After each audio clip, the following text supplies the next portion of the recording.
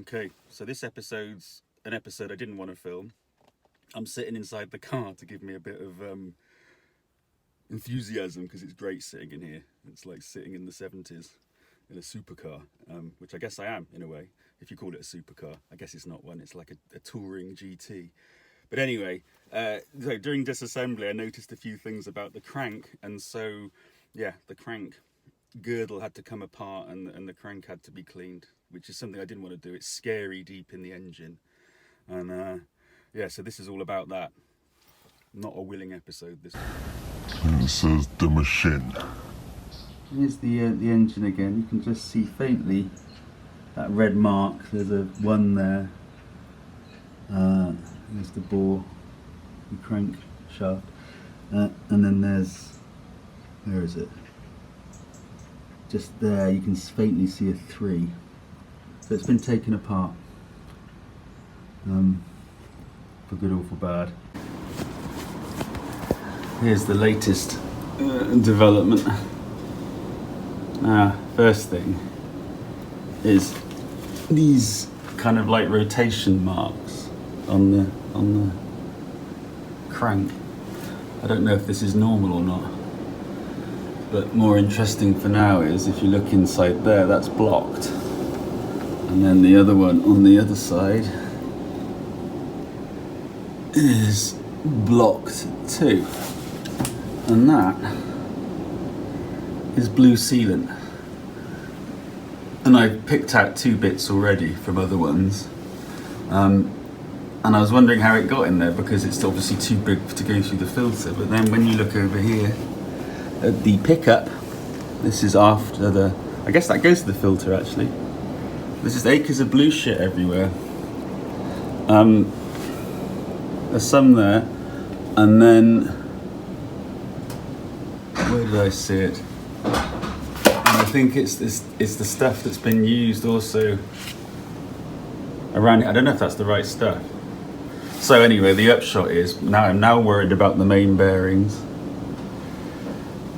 and whether there's any of this blue shit in the bearing holes on the main. So I think I'm going to have to split the crankcase, which is something I really didn't want to have to do.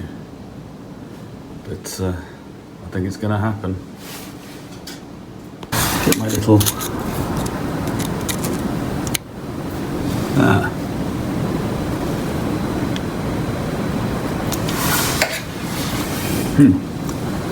It's dropped out, there's more in there.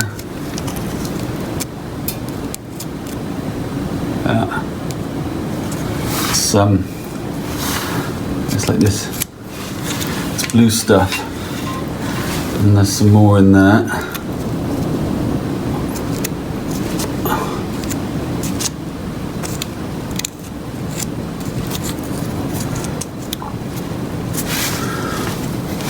Oh man, this is not good. More of that. Lots of hassle to get this onto the table. Getting it off it's heavy, really heavy, still, as you can probably imagine. And getting it off the engine crane and getting this thing out and then pumping it up. Real pain in the ass.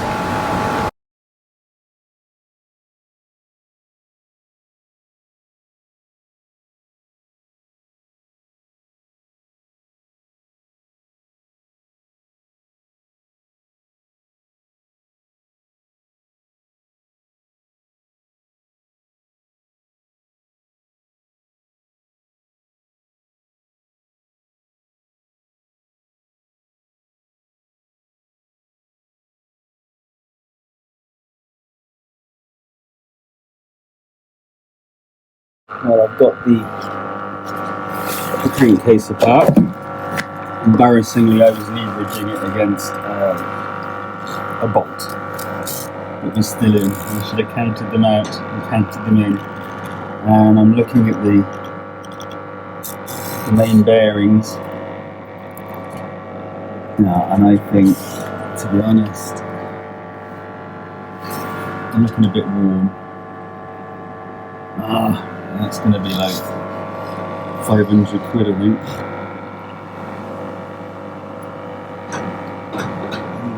Plenty of sealant around, and I guess if you look here you can see where, I guess these are the oil galleries where it all got pumped into the crankshaft there. So far, is it clear?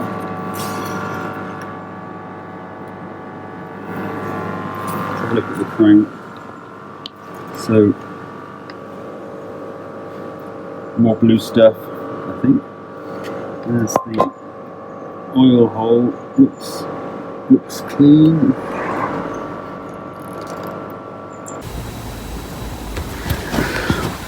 Just taking the ring gear off, and there's this red line that shows, I guess, the orientation, and then there was another red line in here which is off. I'm guessing the red lines are the contemporary ones, and then when this was reassembled it wasn't put back correctly. I have no idea what the relevance is, just noting it for now. So these bolts are feeling pretty tough. So I'm gonna stick it in the vise and do it. I should have done it when it was in the engine, I guess, and used the locking tool. I couldn't have used the locking tool. Or maybe a big impact wrench would do it. But I got it in the jaws of my vise. Hopefully I can use my breaker bar and get them undone. It's all in bits. This piece came off quite easily actually, once all the bolts were undone. See more of the red paint. It's obviously quite important. I don't know when it was put on, whether it was put on at the factory or not. And here are the bits. And it was lucky that I had these fellas here, which were left over from when I did my T5 cylinder head, which was a scarier nightmare than this, I think. Anyway, yeah, to cleaning. So what I want to do is make sure that the reason why it's now stripped down to this level is to make sure that there are no, or as much of the blue shit that's in here from like where the crankcase was put together.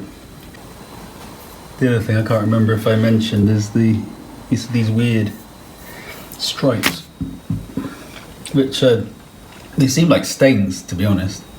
They come off quite easily with the 1000 grit Scotch-Brite things I've got.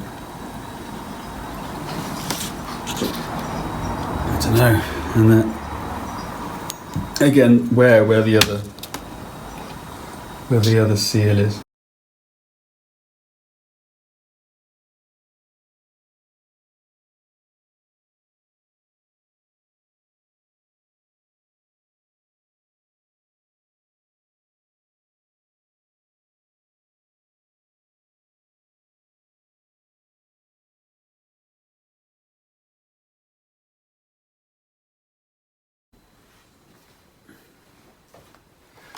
So I've cleaned the crankshaft, outward, outside and inside. I've run cleaner through the oil ways to see if any more of that blue shit will come out. Yeah, I think it's all right. I think it's okay. I can't see any significant signs of wear, apart from that ripply stuff. I think I've got all the blue stuff out, and I've got to put it somewhere safe now so that it doesn't get damaged because I'm running out of space. The other thing that I should record, for me really more than anything else, is that when these two pieces are together, it's shimmed at the back, so it goes on like that, and then this is shimmed, presumably to make sure that the ring gear is in the right plane to the starter motor. and they just fell out when I took it to bits, and so I guess we'll see when I put it back on. Maybe I can put it in there and get a clock dial on it and true it up like that when we put it back together. But that's a ways off. Okay, so this is done. The core of the engine. I don't want to look at it anymore in case I worry myself about more stuff. Yeah, seals look like new seals, but it's a real shame that they went to enlarge the, to grind the crankshaft and then put new bearings in, and then do the blue shit, put the blue shit on, use the wrong sealant. All that hard work, which I think I've got away with because none of these look very damaged, and they were blocked, or partially blocked with the blue stuff.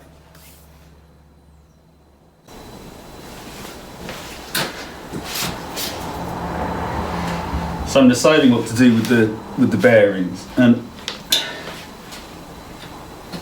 as I said previously, the crank has been ground and these are oversized bearings. I don't know if you can see on here, it's probably really difficult to see. No, you can't, maybe there. It says 0.25, and they look kind of okay, I think. A bit scratched, but I can't see any of the copper. Oh, actually, and they're really expensive. I mean, like eye-wateringly expensive. Given that you can like buy a set for a Rover V8, which is what I did before for like 20 quid. A whole set of these is like 400 at least, and that's probably from abroad, at which point you start paying import duty too, thanks to the Brexiteers. This is the one that's most worrying. It's got copper through on kind of one side. I guess that's the side that is being pushed by the torque converter, and then that one on the other side is still a bit worn. I can see the copper on there, and you can see in there there's some crap that's come through. I mean, I think this must have been done in a workshop not like mine, which is like under laboratory conditions, as you can see, but somewhere relatively dirty, because I found some crap here embedded in the mating surfaces. I can feel it here where the girdle goes back on, so I'm going to have to flat that off there. So I don't know what to do. Maybe I should just swap this one out, and they're 80 quid each, I think, so a pair of them. The one in the upper one is worn too, and leave these ones be. I mean, I guess one of the good things is because there's more 0.25 oversized needed, they're cheaper, so they seem to be significantly cheaper this size, because I guess by now most engines have been overhauled and put back together again. I have to have a think about that, how much I'm prepared to spend, and then how much I'm prepared to take the engine out again if it goes wrong. Because I don't even know if I want to drive the car after I've done all this. I've never driven a Porsche 928. It could be an almighty disappointment. I doubt it, but yeah. Yes, you can't do these things by halves, I guess.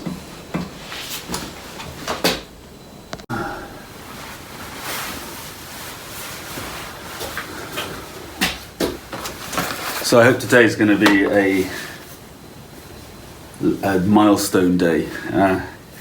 I've got the Loctite 574 in this neat little dispenser tube to go between the girdle and the block. I've invested eye-watering amounts in new thrust bearings. So got these from Rose Passion in France. I think they're like 90 quid each, not including delivery. the old one. So I came to the conclusion in the end that I didn't like the copper on these, so I put new ones in, but all the others I think are okay. So we'll go, for better or worse, we'll go with that. And so yeah, next thing to do is lube this up, put the cam back in, and then start to think about joining the two halves together.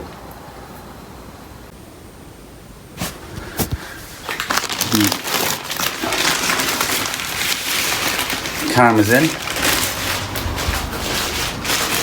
It's very satisfying, really very satisfying watching the assembly oil just going round and round, moving very, very smoothly, as you might expect, I guess. And yeah, the new thrust bearing seems to be doing okay. Yeah, so next stage is to get the sealant on that face. Well, I think I'm going to have to clean that a bit more before it goes on. It's pretty clean, but I think it could do with a bit more. And then that's the really scary bit over and done with. Oh, and of course I've got to replace that bearing too. Well, I'm at it.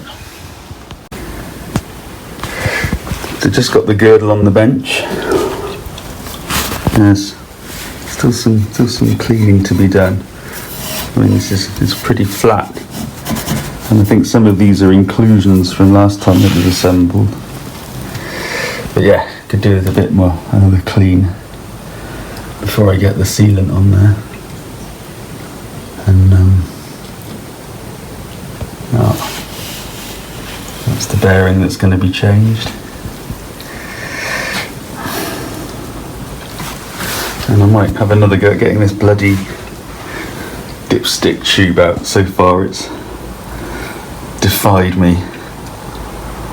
So yeah, I think, because I know what's going to happen, that's going to get bent. So I think that's what I'll do first.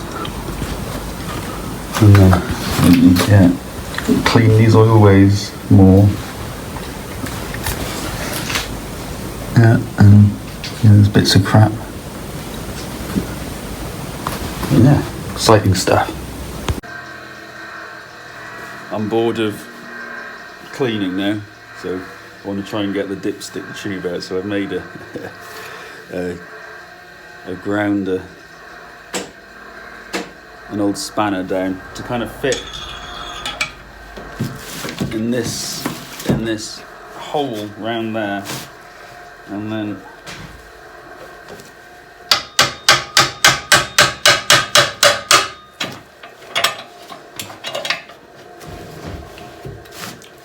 is that moving?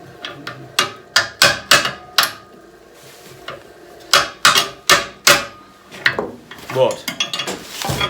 You what? Are you filming? Yeah. It's always good to film the bits that might go wrong, because that's what people want to see. Swear. You what? You swear. No. Maybe I'll take the film of you.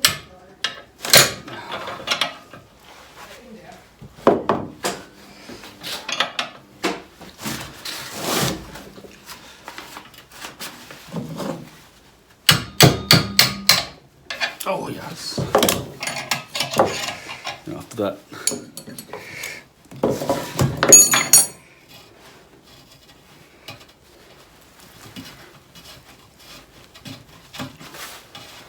it's quite satisfying, even after the interruption.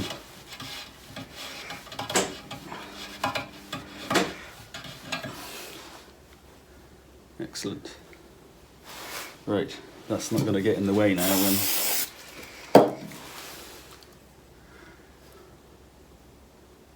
we put it back together. Don't know if that's supposed to be bent, or whether it just, don't know. Note for the future, there isn't a sealing ring on this, which I think there should be. Hopefully there's one in the gasket kit. I must remember to put one in when I put it back together. We're now ready to put it back together, I think. I almost forgot the new bearing, which have been pretty catastrophic. But I think those surfaces are as clean as I can make them. I've done them with Scotch-Brite in a final, quick going over with 1200 grit, and then I cleaned them, or tried to clean them with solvent, spray solvent. So I'm going to get the bolts. I've got my sheet from the workshop manual to tell me which ones to do when.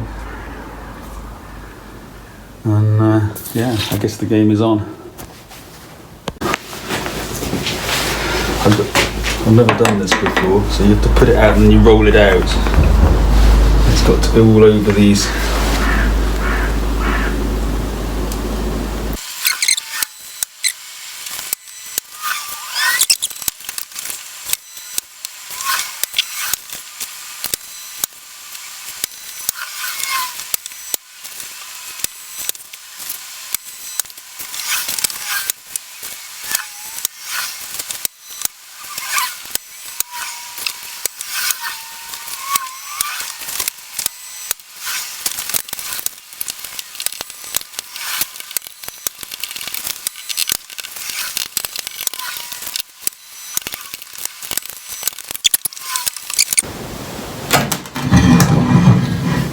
Got it?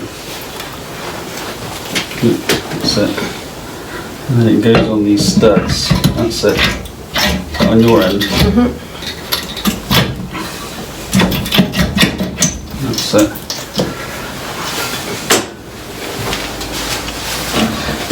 So go, can you... It seems to be going, it seems to be sticking on that. Yeah.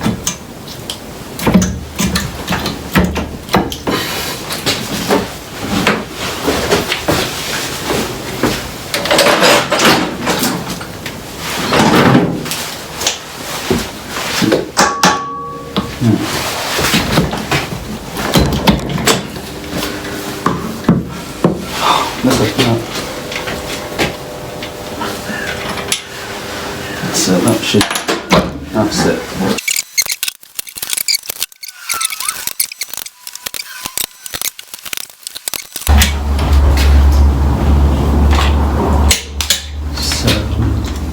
Well, I guess that wasn't so bad doing all that. It came apart.